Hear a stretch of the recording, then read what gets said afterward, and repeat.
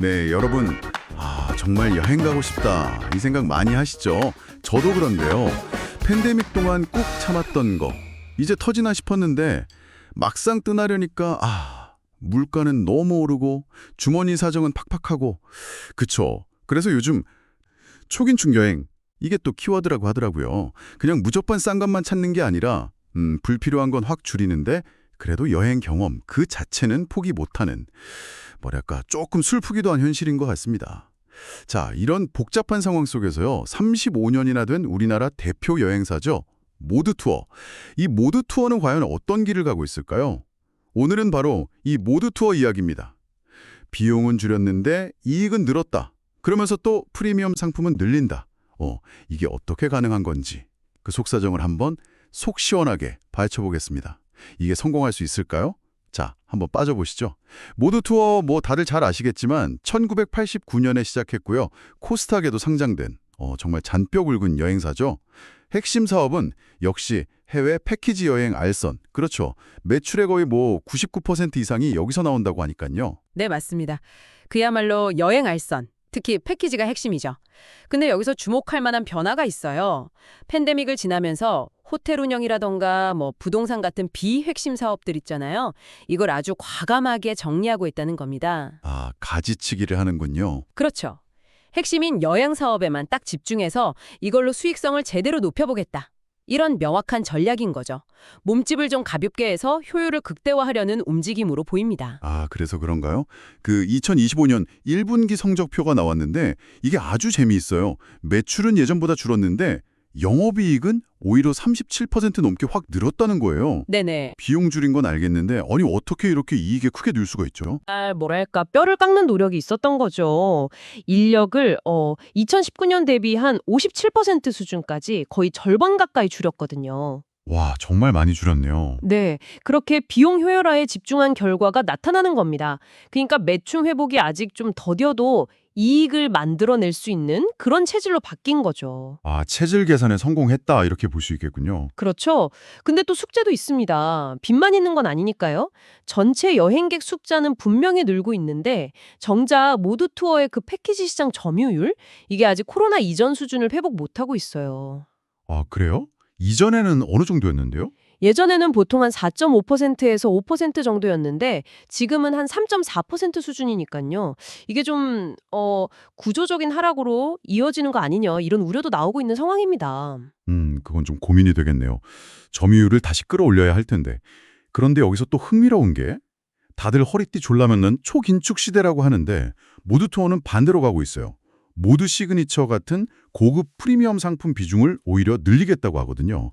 2025년 말까지 30%를 목표로 한다는데 이거 좀 이상하지 않아요? 다들 아끼는데 비싼 걸 판다? 네, 그게 언뜻 보면 좀 모순처럼 들릴 수 있어요. 충분히요.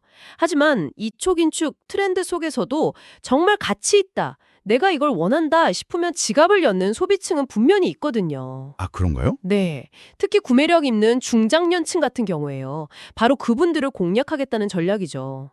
타깃이 명확하군요. 비싸도 살 사람은 산다. 그렇죠. 그러면서 동시에 틈새 시장도 놓치지 않겠다는 거예요.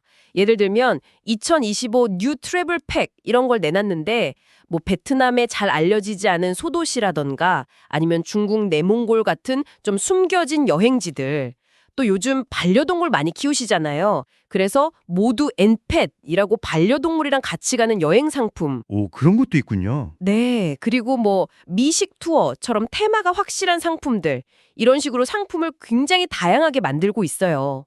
그러니까 비싼 것, 즉 가심비 좋은 상품도 팔고 또 남들이 잘 안 가는 곳이나 특별한 경험, 즉 가성비나 희소성 있는 상품도 같이 잡으려는 거죠.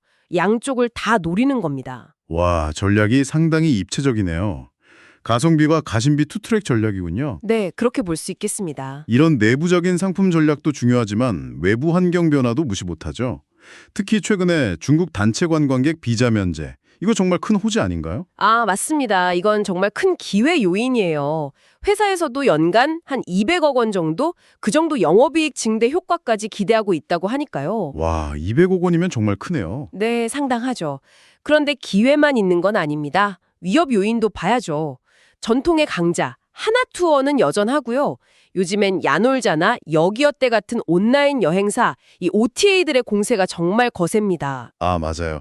OTA들이 워낙 공격적으로 하니까요. 네, 근데 여기서 또 재미있는 점이 야놀자가 모두 투어 지분을 5% 넘게 확보했어요. 야놀자가 모두 투어 지분을요? 그건 몰랐네요. 네, 이게 앞으로 뭐 디지털 전환이라던가 아니면 두 회사 간의 사업 협력 같은 데서 어떤 변수가 될지 이건 좀 지켜봐야 할 대목입니다. 그렇군요. 경쟁사인 줄만 알았는데 지분 관계까지 얽혀 있네요. 흥미롭습니다. 그런데 모두 투어 최근에 좀 안 좋은 소식들도 있었잖아요. 그 티몬이나 위메프 사태 때문에 손실 본 것도 있고 또 개인정보 유출 문제도 있었고요. 네, 맞아요. 그런 악재들이 좀 있었죠. 그런데도 불구하고 배당금은 2년 연속으로 지급했어요. 주당 250원씩. 이건 좀 의외인데 어떤 의미로 봐야 할까요? 여러 가지 어려운 상황 속에서도 배당을 유지했다는 건 일단 주주 가치를 지키려는 의지를 보여준다고 해석할 수 있고요. 또 한편으로는 회사가 앞으로 회복될 거라는 어떤 자신감의 표현, 그런 신호로도 읽힐 수 있습니다. 아, 자신감의 표현이다. 그렇죠. 팬데믹 때 배당을 중단했었는데 그걸 다시 시작하고 또 유지한다는 건 투자자들한테는 아무래도 긍정적인 메시지를 주는 거니까요. 알겠습니다. 여러 가지 어려움 속에서도 주주들은 챙기겠다. 그리고 우리는 잘 해나갈 수 있다. 이런 메시지군요. 자, 오늘 이렇게 모두 투어 이야기를 쭉 나눠봤는데요. 급변하는 여행 시장의 현재와 또 미래를 살짝 엿볼 수 있었던 것 같습니다.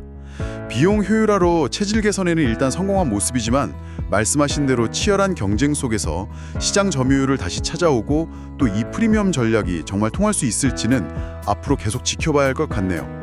여러분은 어떠신가요? 이 초긴축의 시대에 어떤 여행을 꿈꾸고 또 계획하고 계신가요? 각자의 상황과 또 가치관에 맞는 현명한 선택 한번 고민해볼 시점인 것 같습니다. 네, 오늘 저희가 나눈 이야기가 여러분께 조금이나마 유익한 정보가 되었기를 바랍니다. 다만 늘 말씀드리지만 어떤 경우든 투자는 항상 신중하게 접근하셔야 하고요. 모든 결정과 그에 따른 책임은 결국 여러분 각자에게 있다는 점, 이 점은 꼭 기억해 주시기 바랍니다. 구독과 좋아요 잊지 말고 꼭 눌러주시고요.